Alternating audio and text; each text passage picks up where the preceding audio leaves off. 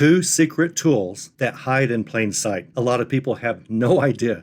You can greatly improve your eBay pictures and or just make your picture taking sessions go so much faster. I'm about to demonstrate them on my cell phone. Before I do, let me warn you, when you first try these, especially the second one I'm going to show you, it's a little touchy. Cell phones are a little touchy. It's literally touchy. You're touching the screen to turn on and adjust the tools. And one of them is hard to adjust. You have to really get down there and focus on what the pad of your finger is touching. But don't let the initial frustration stop you, because within 3 or 4 times of trying this, you're going to be a pro. Really, you'll be able to do this really fast. It just becomes second nature. I don't even think about it. Before I show these to you, I need to ask you, did you hear about the 2 cell phone towers that got married? It was a lousy wedding, but the reception was fantastic. So there's that.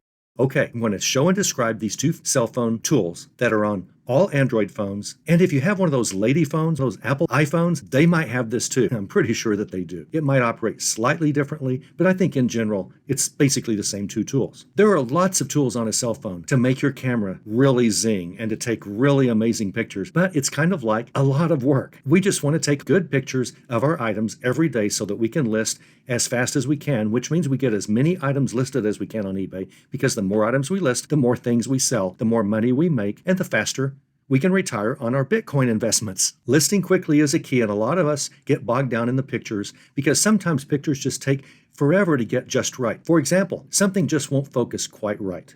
And you have to spend time adjusting the focus and going in and out and trying to move the object, turning off your phone, turning it back on, doing whatever you can to get the blurriness out of your picture. Oh, I'm going to show you how to do that with one touch, literally with one touch. Next, whenever you're taking pictures of items, sometimes the lighting isn't very good. Even if you have great lighting and you've done what I say, which would be pretty smart if you sell on eBay, if I do say so myself.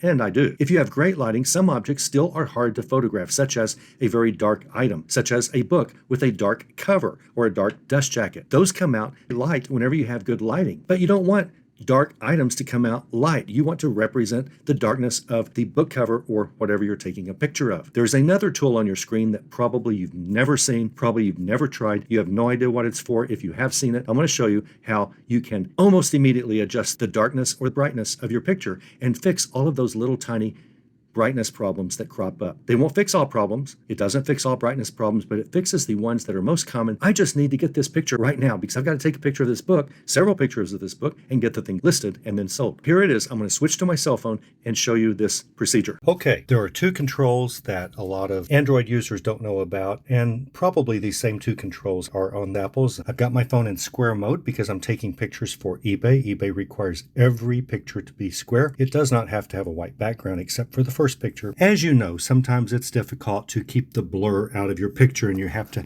kind of go back and forth and in and out and all of that to actually focus if you're doing automatic focus. If you're a camera buff and you go to the more advanced photo mode, then you can better control the blur and focus and lighting and white balance and all of that. For most of us, we just want to take pretty good, as clear as we can, still photography of items that we want to photograph.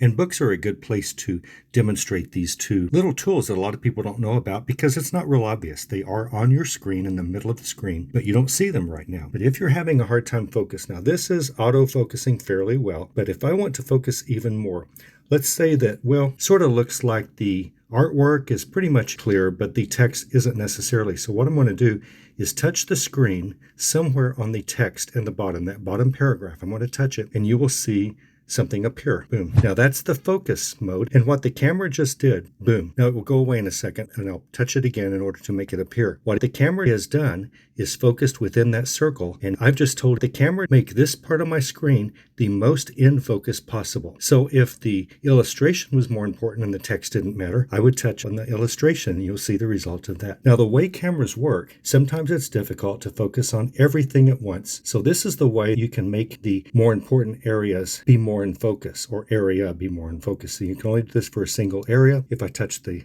illustration, it'll more focus that. If I then touch the text, it will put more of the focus on the text. It's very difficult for a camera to focus in multiple places at once, but it depends. Now this book, I've got it kind of rounded, which accents the fact that it cannot put everything in perfect focus. For instance, that text up above, that's pretty hard to focus in on unless I touch there and try to force the camera to focus better on that. So just touching the screen allows you to focus. Now that same touch does something else, and this is really good for darker items. If you've got a good lighting setup, and I've shown you the perfect 3-point lighting setup for still photography. If you have anything dark like a black book cover, that does not come out very well whenever you have good lighting. It comes out too light, almost a gray. It's difficult to get a dark book cover. You have to do a lot of editing later or turn off some of your lights, which really isn't optimal because you can't see all the details that way. But what you can do is touch the screen again, and you notice there's a line at the bottom. There's a circle telling us where the focus is. There's also a line at the bottom that is brightness. I can move the brightness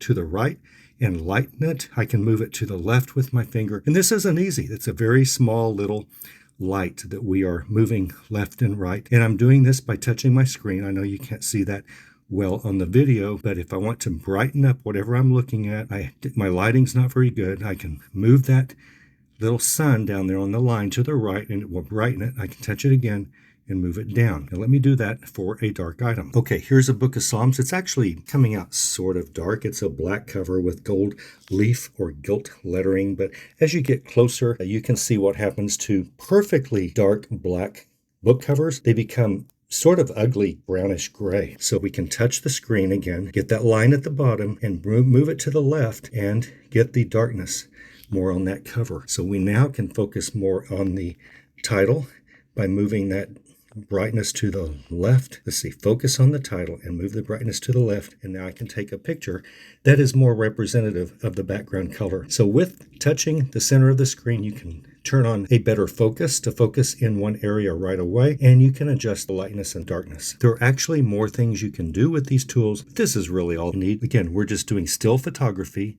of items that we're trying to sell, and very good is good enough.